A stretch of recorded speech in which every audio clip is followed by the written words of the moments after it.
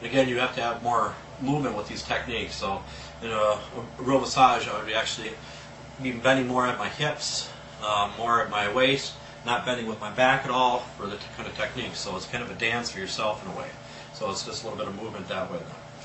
Okay, next one, what we're going to actually do is actually start down at the leg here, and you can actually glide up all the way to the body, then around, okay?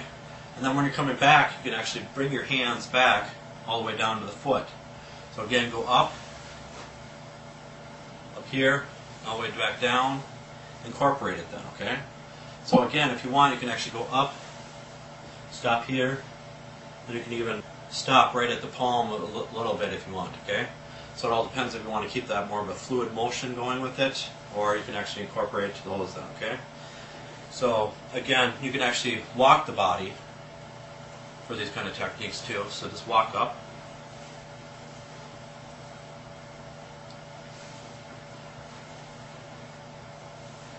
So just alternate it. And you can also start at the palm, going down this way, and coming down the body too. So there's no rules with this.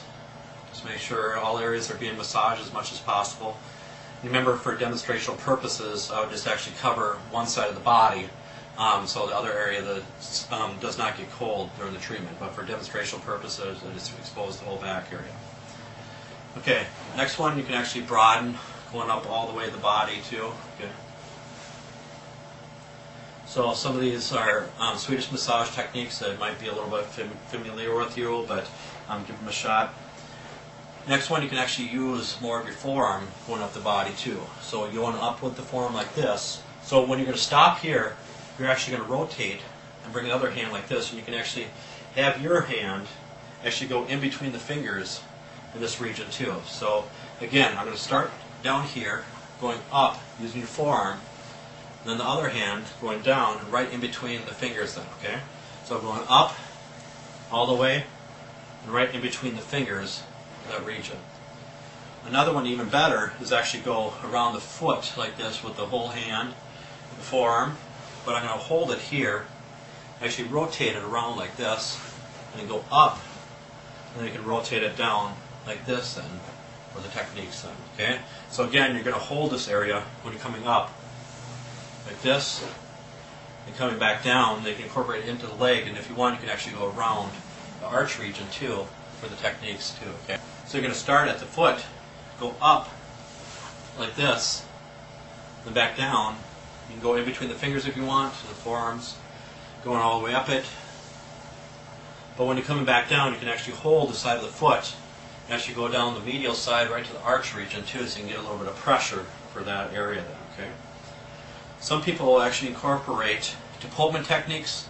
So engagement areas are actually the kidney region, the lower lumbar region. Just be careful of that. So floating ribs, so don't use a lot of pressure there. So if you are going to use any kind of Topolman, just make sure it's kind of light and you can use deeper other areas. But also behind the knee, make sure there's hardly pressure or nothing at all. So it's a lot easier just to kind of skip over that area when you're performing Topolman techniques throughout the body then. So again, you can actually use more of like a hacking throughout the body. Or you can actually use more of the fingertips throughout the body. You can also kind of slap a little bit, but not with the full hand, okay? Just more with the fingertips, the pads of your fingers.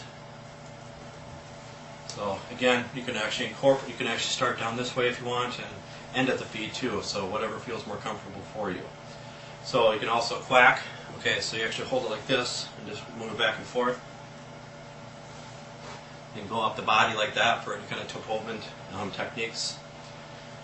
You can also incorporate a little stretching into it. So what I'm going to do is I'm actually going to flex the knee, but actually go up, flexing in the knee, and when I come back down, actually extend it then, okay? So again, flexion, and then you go down and extension, okay? So flexing the knee, extending the knee. Some people actually kind of do a rotation, so you can do one full circle rotation for that technique too, okay? So you can make a little bit of movement. So the nice thing about these kind of techniques, it keeps you a little bit more loose and limber, and you're less likely to have those little aches and pains because the body motion stays in motion.